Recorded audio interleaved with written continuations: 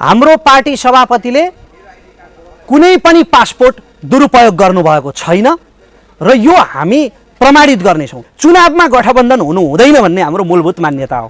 चुनावमा प्रत्येक दल आफ्नै एजेन्डाहरूको बलमा आफ्नै बाचाहरूको बलमा लड्नुपर्छ। म यो वचन दिन चाहन्छु कि जीवनको कुनै कालखण्डमा हाम्रो कुनै पनि व्यवहारले तपाईलाई हामीलाई माया गरेकोमा पश्चाताप चाहिँ हुने छैन। हामीलाई माया गरेकोमा तपाईले शिर झुकाउनु पर्ने कुनै पनि क्रियाकलाप हामी गर्ने छैनौँ, कुनै पनि बेइमानी हामी गर्ने छैनौँ। यो वचन म राष्ट्रिय स्वतन्त्र पार्टीको तर्फबाट दिन चाहन्छु। पटक पटक बाचा गरेर पुरा नगर्ने, छक्क्याउने, बेइमानी गर्ने, भ्रष्टाचारको आरोप लागेका दुराचारी अनाचारी किसिमका नेताहरूलाई त विजयी गराएका छन् भने हाम्रो पार्टी सभापतिको लोकप्रिय, निश्चल, निष्कलङ्क राष्ट्रिय व्यक्तित्वलाई जनताले विश्वास गर्दैनन् भन्ने त मलाई रत्तिभर लाग्दैन। जनतालाई तिम्रो जीवन बदलिदिन्छौँ, तिमी मर, तिम्रा छोराछोरीको भलो हुन्छ भनेर मृत्युदानसम्म मागेर स्थापित भएका राजनैतिक दलहरूले आफ्ना कार्यहरूबाट जनताको जीवनमा कति प्रभाव पारे त्यो मैले दोहोऱ्याइरहनु पर्दैन।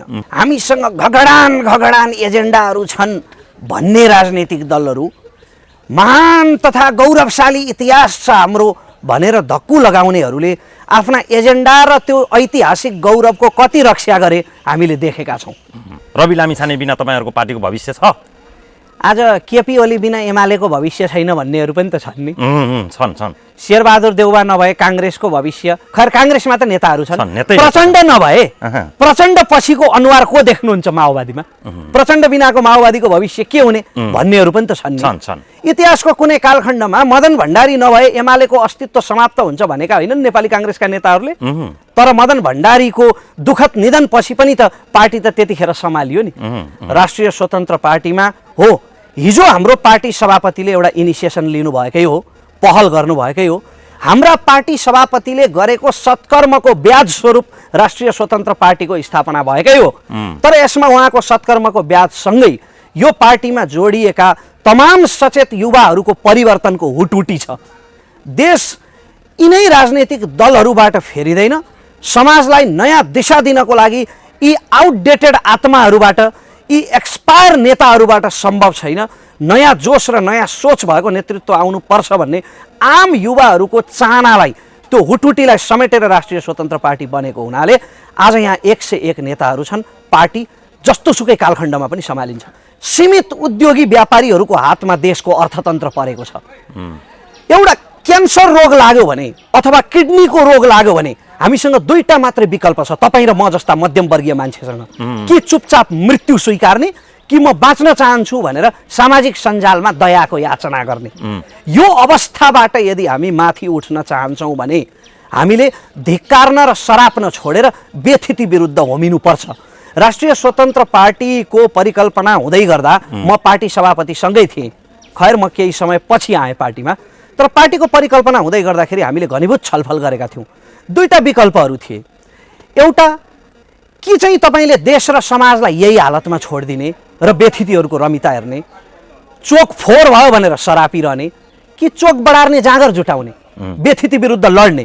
हामीले चोक बढार्ने, सफा गर्ने जाँगर जुटायौँ र राष्ट्रिय स्वतन्त्र पार्टी गठन भयो। जस्तो यहाँ के रणनीति तय गर्नको लागि तपाईँहरू सौराहामा भेला हुनुभएको राष्ट्रिय स्वतन्त्र पार्टीको टिम नै यहाँ किन आएको खासमा? हेर्नुहोस्, कुनै पनि पार्टीका नीति, सिद्धान्त, रणनीति भनेको एउटा टिनेजरले आफ्नी प्रेमिकाको सम्झनामा लेख्ने कविता जस्तो रातारात लेखिने अथवा मूर्त रूपमा बन्ने होइनन्। यो कुरा मलाई भन्दा दाइलाई धेरै राम्रोसँग थाहा छ, किनकि उमेर र अनुभवले मभन्दा परिपक्व हुनुहुन्छ। 2006 सालमा स्थापना भएको कम्युनिस्ट पार्टी 42-43 सालतिर आइपुग्दाखेरि जनताको बहुदलीय जनवादमा पुगेको थियो। त्यससँग पनि त्यो पार्टीका कति घटकहरू सन्तुष्ट नभएको कारणले गर्दा फेरि 10 वर्षे द्वन्द्व देशले भोग्नु परेको थियो। त्यसकारण समसामयिक राजनैतिक परिस्थितिको समीक्षा पनि र पार्टीको आगामी कार्यदिशा पनि निर्धारण गर्ने उद्देश्यले यो जमघट भएको हो। कतिको चाहिँ लाभदायक भयो जस्तो लाग्छ राष्ट्रिय स्वतन्त्र पार्टीको सौराहाको यो भेला? सभापतिले पनि आएर सम्बोधन गर्नुभयो, तपाईँ त एउटा सेलिब्रिटीकै टाइपमा यहाँ सबैको चाहिँ मनमनमा बस्न सफल भएको पनि म आफू स्वयंले देखिरहेको छु। कतिको फ्रुटफुल भयो यो मिटिङ? हेर्नुहोस्, सेलिब्रेटी त मलाई तपाईँ जस्तै शुभचिन्तकहरूले बनाइदिनु भएको हो। मेरा शुभचिन्तकहरूको आशीर्वाद हो त्यो। जहाँसम्म बैठक अथवा यो जमघट यो बसाइ कतिको फलदायी भयो भन्ने प्रश्न छ, सबै सदस्यहरूले समसामयिक राजनीति र भविष्यमा पार्टीले लिनुपर्ने कार्यदिशाको विषयमा आफ्ना धारणाहरू राखिरहनु भएको छ र असाध्यै सृजनात्मक रूपमा मैले कल्पना गरे भन्दा धेरै इनोभेटिभ आइडियाहरू, सृजनात्मक धारणाहरू आइरहेका छन् र मलाई गर्व छ कि आज राष्ट्रिय स्वतन्त्र पार्टीले 101 नेताहरू जन्माएको छ जोसँग चाहिँ देश र समाजको सेवा गर्न र समाजलाई एउटा योभन्दा परिष्कृत रूप दिनका लागि धेरै सृजनात्मक आइडियाहरू छन्, धारणाहरू छन्।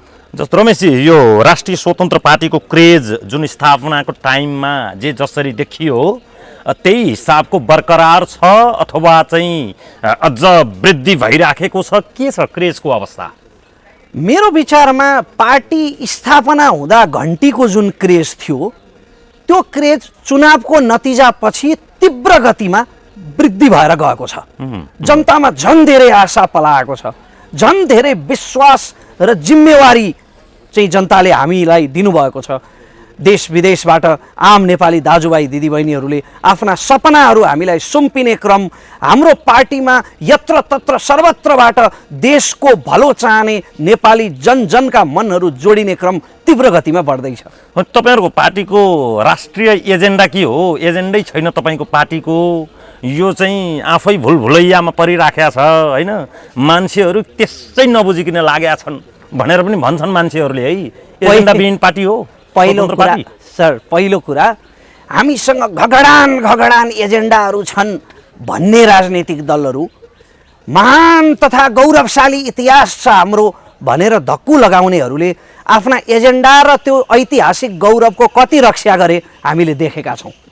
जनतालाई तिम्रो जीवन बदलिदिन्छौँ, तिमी मर, तिम्रा छोराछोरीको भलो हुन्छ भनेर मृत्युदानसम्म मागेर स्थापित भएका राजनीतिक दलहरूले आफ्ना कार्यहरूबाट जनताको जीवनमा कति प्रभाव पारे त्यो मैले दोहोऱ्याइरहनु पर्दैन। राष्ट्रिय स्वतन्त्र पार्टीसँग देशका हरेक समस्याको सामना गर्नका लागि एजेन्डा र रणनीतिहरू छन्। हाम्रो मूल सिद्धान्त संवैधानिक समाजवाद हो। संविधानले परिकल्पना गरेको समाजवादको बाटोतिर देशलाई लैजाने हाम्रो उद्देश्य हो र हाम्रो सबैभन्दा मुख्य एजेन्डा पार्टीको आत्मा भनेको विधिको शासन र जनताको जीवनमा देखिने गरी परिवर्तन गराउनु हो। होइन, एजेन्डा छैन, वैदेशिक नीति के हो राष्ट्रिय स्वतन्त्र पार्टीको भनेर पनि मान्छेहरूले चाहिँ प्रश्न गरिरहेका छन् होइन? अरू विषयमा पनि राष्ट्रिय स्वतन्त्र पार्टीले प्रष्ट रूपमा केही पनि बोलेको छैन भन्ने कुराहरू गर्छन्। यो बारेमा के होला भन्नुहोस् त? हाम्रा नीतिहरूमा पूर्ण स्पष्टता छ, तर पार्टीका प्रत्येक नीतिको स्वामित्व प्रत्येक सदस्यले र पार्टीका प्रत्येक तह र तबकाले लिन सकुन्। आम नागरिकहरू, घन्टीका प्रत्येक शुभचिन्तकले हाम्रा नीति सिद्धान्तमा स्वामित्व लिन सकुन् भन्नका लागि पनि हामी यो नीति विचार राष्ट्रियताबारे तपाईँहरूको के हो कुरो? राष्ट्रियताबारे हाम्रो अडान स्पष्ट छ, नेपाल फर्स्ट। राष्ट्रिय हितलाई केन्द्रमा राखेर विदेशीहरूसँगको सम्बन्ध निर्धारण हुनुपर्छ। राष्ट्रको स्वाभिमान, स्वाधीनता र भौगोलिक अखण्डतामा 1 इन्च पनि सम्झौता गर्नु हुँदैन। एमसीसी को विरुद्धमा बोल्न नसक्ने पार्टी चाहिँ राष्ट्रिय स्वाधीनताको कुरो गर्न मिल्दैन भन्छ नि मान्छेहरूले। कुनै राष्ट्रसँग गरिएको सम्झौताको विरुद्ध बोल्दैमा राष्ट्रवादी भइन्छ भन्ने लजिकमा मलाई त्यति विश्वास छैन। तर एमसीसीमा भएका केही आपत्तिजनक प्रावधानहरूको सम्बन्धमा पार्टी स्थापना हुनुभन्दा अगाडि पनि हाम्रो पार्टी सभापतिले आफ्नो धारणा राख्नुभएको हो। जस्तो कि एउटा सचिव स्तरमा हुनुपर्ने सम्झौतालाई संसदबाट पारित गर्नुपर्ने, अनि संविधानसँग बाजिएमा अथवा कानुनसँग बाजिएमा चाहिँ त्यही सम्झौतामा लेखिएको कुरा अक्षरशः लागू हुने, यी कुराहरूमा चाहिँ पुनर्विचार गर्नुपर्छ कि। तर उहाँले यी धारणाहरू राख्दै गर्दाखेरि के पनि भन्नुभएको थियो, हामीले के पनि भनेका थियौँ भने यसमा अन्तिम धारणा राख्ने अधिकार चाहिँ केवल तपाईँको तथाकथित विद्वानहरू अथवा बेरोजगार विश्लेषकहरूको मात्रै होइन, अन्तर्राष्ट्रिय सम्बन्धका विज्ञहरूको हो। उनीहरूको धारणा चाहिँ अथेन्टिक हो भनेर हामीले भनेका थियौँ। तर आज हाम्रो पार्टीमा 101 विज्ञहरू पनि हुनुहुन्छ, विभिन्न क्षेत्रबाट आउनुभएका विद्वानहरू पनि हुनुहुन्छ। उहाँहरू सबै विज्ञहरूको आशीर्वादले, उहाँहरूको विज्ञताले र हाम्रो एउटा भावनाको सङ्गमले हाम्रा नीति सिद्धान्त रणनीतिहरू आगामी दिनमा अझै परिष्कृत हुँदै जान्छन्। यो नीति विचार र कार्यशालाबाट निस्केको राष्ट्रिय स्वतन्त्र पार्टी चाहिँ अर्कै भएर निस्किन्छ भन्ने मलाई लाग्छ। जस्तो रमेशजी, रवि लामिछानेलाई एकछिन हाइड गरेर तपाईँको राष्ट्रिय स्वतन्त्र पार्टीको भविष्यको बारेमा बहस गरौँ न। रवि लामिछाने बिना तपाईँहरूको पार्टीको भविष्य छ? आज केपी ओली बिना एमालेको भविष्य छैन भन्नेहरू पनि त छन् नि। छन्। शेरबहादुर देउवा नभए काङ्ग्रेसको भविष्य, खैर काङ्ग्रेसमा त नेताहरू छन्। नेतै प्रचण्ड नभए प्रचण्ड पछिको अनुहार को देख्नुहुन्छ माओवादीमा? प्रचण्ड बिनाको माओवादीको भविष्य के हुने भन्नेहरू पनि त छन्। इतिहासको कुनै कालखण्डमा मदन भण्डारी नभए एमालेको अस्तित्व समाप्त हुन्छ भनेका होइनन् नेपाली काङ्ग्रेसका नेताहरूले। तर मदन भण्डारीको दुःखद निधनपछि पनि त पार्टी त त्यतिखेर सम्हालियो नि। राष्ट्रिय स्वतन्त्र पार्टीमा हो, हिजो हाम्रो पार्टी सभापतिले एउटा इनिसिएसन लिनुभएकै हो, पहल गर्नुभएकै हो। हाम्रा पार्टी सभापतिले गरेको सत्कर्मको ब्याज स्वरूप राष्ट्रिय स्वतन्त्र पार्टीको स्थापना भएकै हो। तर यसमा उहाँको सत्कर्मको ब्याजसँगै यो पार्टीमा जोडिएका तमाम सचेत युवाहरूको परिवर्तनको हुटहुटी छ। देश यिनै राजनैतिक दलहरूबाट फेरिँदैन। समाजलाई नयाँ दिशा दिनको लागि यी आउटडेटेड आत्माहरूबाट, यी एक्सपायर नेताहरूबाट सम्भव छैन। नयाँ जोस र नयाँ सोच भएको नेतृत्व आउनुपर्छ भन्ने आम युवाहरूको चाहनालाई, त्यो हुटहुटीलाई समेटेर राष्ट्रिय स्वतन्त्र पार्टी बनेको हुनाले आज यहाँ 101 नेताहरू छन्। पार्टी जस्तोसुकै कालखण्डमा पनि सम्हालिन्छ। रमेशजी, तपाईँ लालमोहरमा कडा क्वेसन सोध्नुहुन्छ, म पनि कडा क्वेसन सोध्छु तपाईँलाई। क्वेसन भनेकै, प्रश्न भनेकै निर्मम भएर सोध्ने हो सर। भनेपछि रवि लामिछाने बिना पनि चाहिँ राष्ट्रिय स्वतन्त्र पार्टी अघि बढ्न सक्छ? त्यो समयको किन कल्पना गर्ने? अहिले नेपालीमा अशुभ बोल्नु हुँदैन भन्छन्। त्यो अशुभ परिस्थितिको कल्पना नगरौँ न। भने मान्छेहरूले राष्ट्रिय स्वतन्त्र पार्टीमा आफूलाई चाहिँ किन आबद्ध गराउने? देशको परिवर्तनका लागि, विधिको शासनका लागि, पिछडिएको वर्गको अपनत्वका लागि। किनभने यो देश त सबैको हो नि। तर आज तपाईँले कतिपय विश्लेषकहरूले भनेको सुन्नुहुन्छ, सीमित उद्योगी व्यापारीहरूको हातमा देशको अर्थतन्त्र परेको छ। एउटा क्यान्सर रोग लाग्यो भने अथवा किडनीको रोग लाग्यो भने हामीसँग दुईटा मात्रै विकल्प छ, तपाईँ र म जस्ता मध्यमवर्गीय मान्छेसँग। कि चुपचाप मृत्यु स्वीकार्ने, कि म बाँच्न चाहन्छु भनेर सामाजिक सञ्जालमा दयाको याचना गर्ने। यो अवस्थाबाट यदि हामी माथि उठ्न चाहन्छौँ भने हामीले धिक्कार्न र सराप्न छोडेर व्यथिति विरुद्ध होमिनुपर्छ। राष्ट्रिय स्वतन्त्र पार्टीको परिकल्पना हुँदै गर्दा म पार्टी सभापतिसँगै थिएँ। खैर म केही समय पछि आएँ पार्टीमा। तर पार्टीको परिकल्पना हुँदै गर्दाखेरि हामीले घनीभूत छलफल गरेका थियौँ। दुईटा विकल्पहरू थिए। एउटा, कि चाहिँ तपाईँले देश र समाजलाई यही हालतमा छोडिदिने र व्यथितिहरूको रमिता हेर्ने, चोक फोहोर भयो भनेर सरापिरहने, कि चोक बढार्ने जाँगर जुटाउने, व्यथिति विरुद्ध लड्ने। हामीले चोक बढार्ने, सफा गर्ने जाँगर जुटायौँ र राष्ट्रिय स्वतन्त्र पार्टी गठन भयो। पार्टी किन मिल्न गएको फेरि? कहाँ? बुढाखाडा नेताहरूसँग, त्यही चाहिँ पुराना पार्टीहरूसँग किन मिलिरहेको तपाईँको पार्टी? हेर्नुहोस्, 20 सिट पायौँ हामीले चुनावमा। त्यो 20 सिट हामीले पछाडि बसेर रमिता हेर्नका लागि मात्रै पाएका होइनौँ भन्ने हाम्रो निष्कर्ष छ। त्यो 20 सिट हामीले काम देखाउनका लागि पाएका हौँ के। यिनीहरू खुब ठुल्ठुला कुरा गर्छन्, के चाहिँ गर्दा रहेछन् त यिनीहरू सत्तामा पुग्दा, हेरौँ न भनेर एकचोटि जनताले परीक्षण गरेको हो नि त हामीलाई। जनताले बुढाहरूसँग नमिल भनेर पनि त म्यान्डेट दियो नि तपाईँलाई। परीक्षामा पास हुनका लागि, त्यो परीक्षामा पास हुनका लागि हामी सरकारमा सामेल हुनु जरुरी थियो। जहाँसम्म बुढाहरूसँग नमिल्ने म्यान्डेट छ, हो हामी नो नट एगेन भनेरै आएका हौँ। हामीले 20 सिट जितेर 20 जना पुराना सांसदहरूलाई त नो नट एगेन गरायौँ त। अब अर्को चुनावमा हामी 20 लाई 5 ले गुणा गरेर 100 सिट ल्याउँला र 100 जना पुराना आउटडेटेड नेताहरूलाई नो नट एगेन गराउँला। तर आज त संसदको बनोट यही हो, जनताले दिएको जनमत यही हो। यही जनमतमा हामीले काम देखाउनु छ, डेलिभरी देखाउनु छ। अर्को कुरा, तपाईँ हाम्रो आँखाबाट हेर्नुहोस् न, हामीले त जुवा खेलेको हो नि। अरू पार्टीसँग पो एमाले जनहरू आजसम्म मनमोहनको वृद्ध भत्ता र सहकारी बेचेर खाइरहेका छन्। उनीहरूको गुजारा भइरहेको छ मनमोहनकै मार्केटिङ गरेर, किनभने अरूले त अरू केही गरेको हुनु पर्यो नि।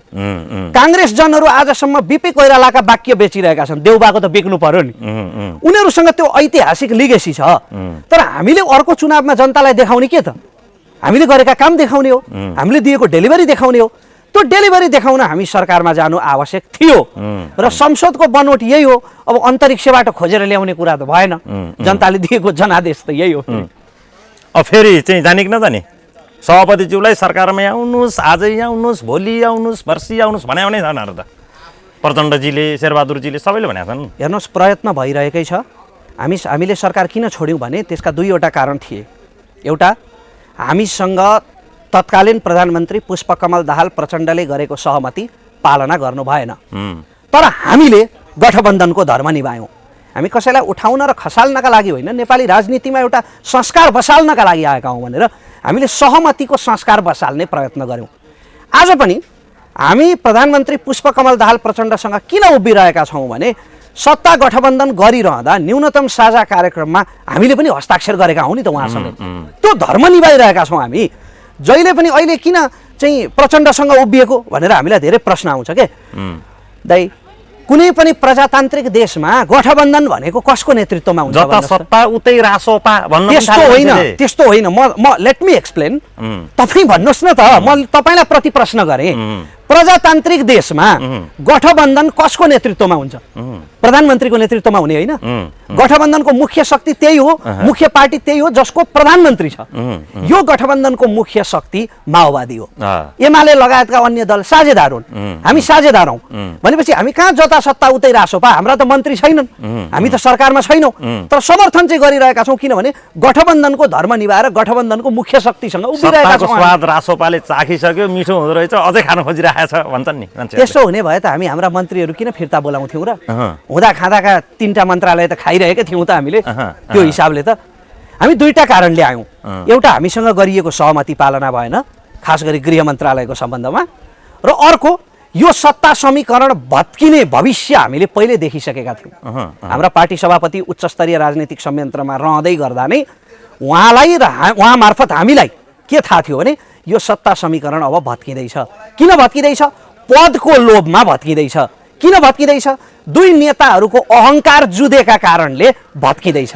राष्ट्रपति पद नपाएर गठबन्धन भत्काउनेलाई तपाईँले यो प्रश्न गर्नुपर्ने हो, किन पदको लोभ गरेको भनेर। राष्ट्रपति पद दिने सहमति गरेर नदिनेलाई तपाईँले यो प्रश्न सोध्नुपर्ने हो, किन तिमीले सहमति पालना नगरेको भनेर। हामी त सत्ताका लोभी पनि छैनौँ। हामी त सत्ता बाहिर छौँ, हामी सत्ताका लोभी भएको भए हामी सत्ताभित्र हुन्थ्यौँ। सत्ता बाहिर भएर पनि समर्थन गरिरहेका छौँ, गठबन्धनको प्रजातान्त्रिक धर्म निभाइरहेका छौँ। तपाईँले त हामीलाई स्याबास भन्नुपर्ने पो हो त। अनि केपी ओली चाहिँ चित्त दुखाइरहनु भएको छ पछिल्लो समय। रवि लामिछानेको त्यत्रो प्रशंसा गर्नु, चितवन आएर घन्टी बजाउनुहोस् रविलाई किन खेदेको भनेर सार्वजनिक कार्यक्रममा भाषण पनि गर्नुभयो होइन। रवि लामिछाने विरुद्ध उपचुनावमा उम्मेदवारी नदिने पनि भनेको थियो एमाले, तर राष्ट्रपति चुनावपछि एमाले तपाईँहरूसँग रिसा छ। दुईटा कुरा हुन्। पहिलो कुरा, नेकपा एमाले चितवन 2 को चुनावमा उम्मेदवार उठाओस् भन्ने हामी चाहन्छौँ। नेकपा एमाले मात्रै होइन, प्रत्येक पार्टीले उठाउन् भन्ने चाहन्छौँ। किनभने हामीलाई हाम्रा एजेन्डाहरूमाथि, हामीले जनतालाई देखाएका सपनाहरूमाथि जुन हामी पुरा गर्नेछौँ निकट भविष्यमा, हामीले गरेका बाचाहरूमाथि र जनताको विवेकमाथि विश्वास छ। चुनावमा गठबन्धन हुनु हुँदैन भन्ने हाम्रो मूलभूत मान्यता हो। चुनावमा प्रत्येक दल आफ्नै एजेन्डाहरूको बलमा, आफ्नै बाचाहरूको बलमा लड्नुपर्छ। त्यसकारण प्रत्येक दलले उम्मेदवार उठाउन्। सबैलाई हाम्रो शुभकामना छ। विजयी हामी हुनेवाला छौँ चितवन 2 मा वैशाख 10 गते। साँच्चै हो र भने के? लेखेर राख्नु होला। मेरो यो अन्तर्वार्ता रेकर्ड गरेर, हुन त कतिपय नेताले रेकर्ड गरेर राख्नुहोस् है भनेको कुरा ठ्याक्कै उल्टो पनि भएको छ होइन। त्यसकारण राजनीति भनेको सम्भावनाको खेल चाहिँ हो। तर हामीलाई कम्तीमा के लाग्छ भने चितवन 2 का जनताले हाम्रा पार्टी सभापतिमाथि कानुनको एउटा सानो छिद्रभित्र षड्यन्त्रको खेती गरेर गरेको अन्याय देखेका छन्। चितवनका जनताले हाम्रो सभापतिको निष्पट व्यक्तित्व, निश्चल व्यक्तित्व, जहाँ उहाँले आफूलाई नागरिकतामाथि लागेको, नागरिकता सम्बन्धमा लागेको अभियोग र त्यसबारे आफ्नो स्ट्यान्ड चुनावकै बेलामा क्लियर गर्नुभएको थियो।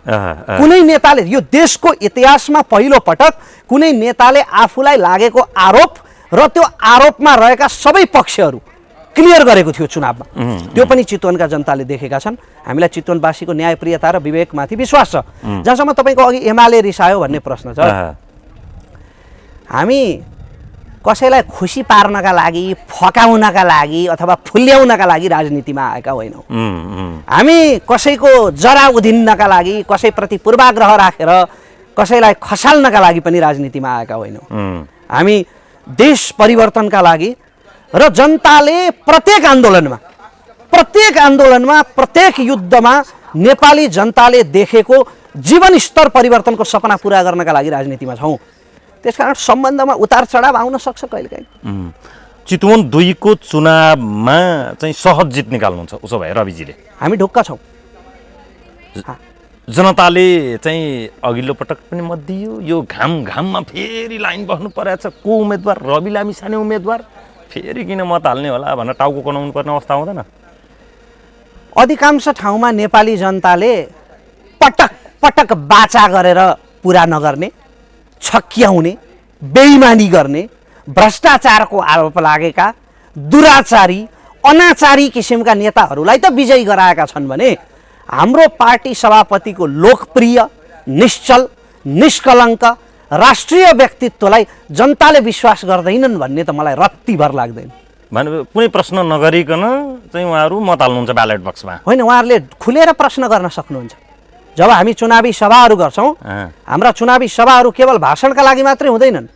हाम्रो पार्टीले गर्ने गरेका हरेक कार्यक्रमहरू नेताको भाषणमा ताली बजाउनका लागि मात्रै हुँदैनन् के। तपाईँ हेर्नुहोस्, राष्ट्रिय स्वतन्त्र पार्टीले चितवनमा गरेका कार्यक्रमहरू, देशका अन्य ठाउँमा गरेका कार्यक्रमहरू, हामी जनताका सुझाव चाहिँ अन्तर्क्रिया र आलोचनाहरूलाई स्वस्थ रूपमा स्वीकार्छौँ। त्यसकारण उहाँहरूले प्रश्न गर्ने, प्रश्नको चित्त बुझ्दो उत्तर पाइयो भने भोट गर्ने। चितवन 2 को उपचुनावमा तपाईँको पार्टी सभापतिलाई उम्मेदवार बन्न नदिन पनि सक्छन्। विभिन्न समूह चाहिँ भित्रभित्र लागेका छन्, ती कुराहरू आइरहेका छ मिडियामा, तपाईँले पनि थाहा पाउनु भएको छ। के भन्नुहुन्छ तिनीहरूलाई? कम्तीमा हामीलाई त्यस्तो लाग्दैन। हामी ती समूहहरूलाई शुभकामना दिन चाहन्छौँ, तर ती समूहहरूप्रति म एकदमै धेरै दया र सहानुभूति पनि प्रकट गर्न चाहन्छु। बिचराहरूको कामना अधुरो रहनेवाला छ। हामी चुनावमा सहभागी पनि हुन्छौँ र पहिलाको भन्दा भारी मतान्तरले विजयी हुन्छौँ चितवन 2 मा। पासपोर्टलाई चाहिँ तपाईँहरूको पार्टी सभापतिलाई फसाउने एउटा अस्त्रको रूपमा मान्छेहरूले प्रयोग गर्ने भनेका छन्। यो राज्यले अनुसन्धान गरिरहेको विषय हो, म यसमा आफ्नो धारणा राख्न चाहन्न। त्यसमा कुनै पनि गल्ती छैन भने तपाईँहरूको बुझाइ हो? हाम्रो पार्टी सभापतिले कुनै पनि पासपोर्ट दुरुपयोग गर्नुभएको छैन र यो हामी प्रमाणित गर्नेछौँ, तर राज्यको अनुसन्धानलाई पूर्ण सहयोग गरेर। आम चितवन 2 का मतदातालाई चाहिँ के भन्न चाहनुहुन्छ रमेशजी? होइन, मत हाल्ने भनेर भन्नुभयो, जसले मत दिनुभयो उहाँहरूले त दिनुभयो, फेरि पनि दिनु होला। जो कन्फ्युजनमा हुनुहुन्छ मत हाल्ने कि नहाल्ने भनेर बस्नु भएको छ, उहाँहरूलाई के छ तपाईँको खास कुरो? आम चितवन 2 का मतदाताहरूलाई म यो आह्वान गर्न चाहन्छु, आदरणीय दाजुभाइ दिदीबहिनी, आमा बुवाहरू, तपाईँहरूको काँधमा एउटा जिम्मेवारी छ। मतदान भनेको एउटा नागरिकले वहन गर्नुपर्ने सबभन्दा महत्त्वपूर्ण कर्तव्य हो। आफ्नो देशको लागि नागरिकले गर्ने लगानी हो मतदान भनेको। त्यसकारण एउटा युवा पुस्ताको आशा बिन्दुको भविष्य तपाईँहरूको एक मतमा अडिएको छ र जनमतभन्दा ठुलो यो संसारमा कुनै अदालत हुँदैन। सम्मानित अदालतले गरेको फैसलाका विषयमा म टिप्पणी गर्न चाहन्न, तर जनमतभन्दा ठुलो, जनअदालतभन्दा ठुलो अर्को कुनै अदालत हुँदैन। सबैभन्दा ठुलो न्यायालय तपाईँहरू हो। न्याय गर्ने कि अन्याय गर्ने तपाईँको हातमा छ। तपाईँलाई सबै कुरा पानी जस्तै छर्लङ्ग छ। मलाई विश्वास छ तपाईँले निर्भीक भएर छाती खुल्ला गरेर, शिर ठाडो गरेर घन्टीलाई मतदान गर्नुहुनेछ। जय देश, जय घन्टी। हस् रमेश प्रसाईजी, यहाँले समय उपलब्ध गराइदिनु भयो, हामी अत्यन्तै आभारी पनि छौँ। र अन्तिममा के भन्न चाहनुहुन्छ? जस्तो कि तपाईँ राष्ट्रिय राजनीतिमा पनि पत्रकारिता छोडेर आइसक्नु भएको छ, होइन? रवि लामिछानेको टिममा हुनुहुन्छ, मान्छेले यो जोडीलाई अत्याधिक मन पनि पराएका छन्, होइन? ती मन पराउनेहरूलाई के भन्न चाहनुहुन्छ रविजी, र आफ्नो बारेमा भनिदिनुहोस्। म मेरा शुभचिन्तकहरूलाई हृदयदेखि नै धन्यवाद दिन चाहन्छु। हामीलाई माया स्नेह गर्नुभएकोमा, आशीर्वाद दिनुभएकोमा। म एउटा वचन दिन चाहन्छु रमेश प्रसाईको तर्फबाट पनि, र सबैभन्दा बढी चाहिँ मेरो पार्टी सभापति रवि लामिछानेको तर्फबाट, उहाँको पार्टीको केन्द्रीय सदस्य भएको कारणले म यो वचन दिन चाहन्छु कि जीवनको कुनै कालखण्डमा हाम्रो कुनै पनि व्यवहारले तपाईँलाई, हामीलाई माया गरेकोमा पश्चाताप चाहिँ हुने छैन।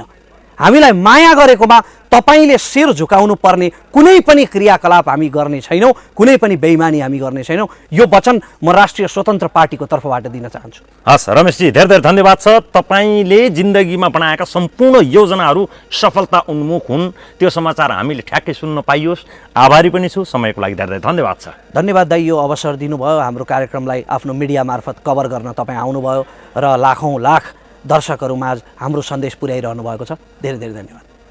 एउटा फोटो पनि खिचौँ है। रोक्नु सक्यो? कस्तो भयो दाइ? तपाईँको त के सोध्नु।